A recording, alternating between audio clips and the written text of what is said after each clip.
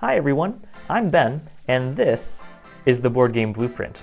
This week we're actually going to follow up with the episode from last week with the Illustrator design that I had done for a dice tower. Basically, we're going to bring us over to the Punch-Out board, knock them out, fit it together, and just see what came of all of our labor, reap the fruits, the benefits of that. So let's go ahead, jump on in, and we can maybe discuss a little bit. It'll be a little bit shorter episode this time around about basically the end product. And here we have one of the punch boards that we saw when I uploaded it onto the Game Crafter. So we're just going to go ahead and start punching them out. But before that, I just want to show, let's see, those nicks that we talked about here. Let's go a little bit closer. You can see that there's a little gap, which is keeping the punch board in its place so it didn't fall out while the laser was actually cutting. So I'm going to go ahead and just punch out a little bit of everything. Shouldn't take too long. And we can kind of fit it all together and talk a little bit more about it.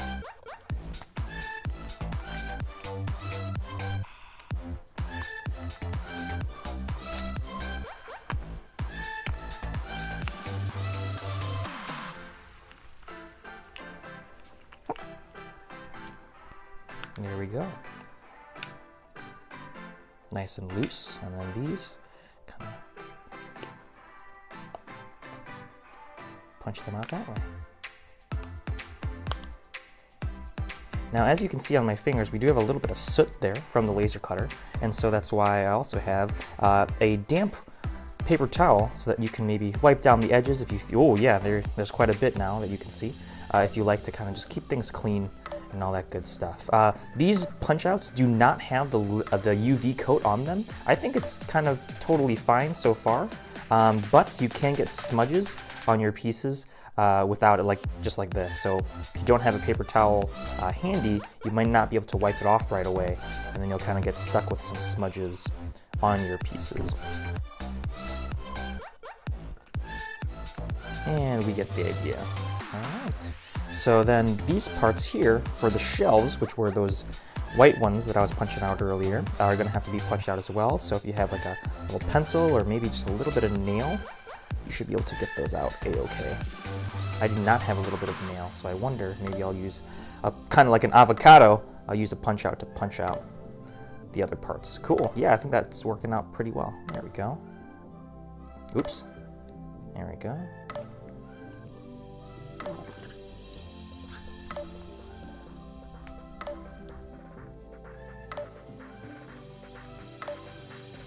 You do want to be a little bit careful. You can kind of see that I bent the punch board a little bit, so just try to be gentle where you can, and that way you don't lose out on some of the quality of these components.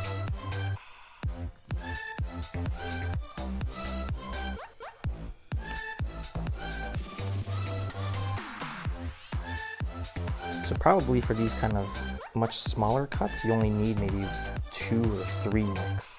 But again, there's a little bit of soot there, so let's kind of wipe it off with this wet paper towel. All right, so now we have all the pieces punched out. Let's go ahead and try to fit them together.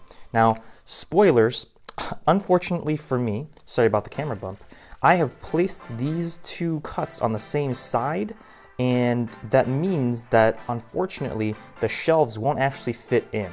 We'll go ahead and bring that up to speed a little bit for us all. Okay, wipe that down, and here we go.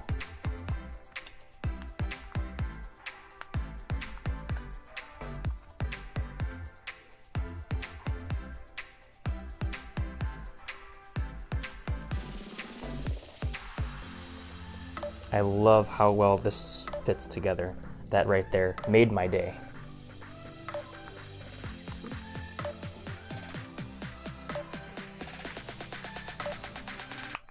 And whoop, there we have it.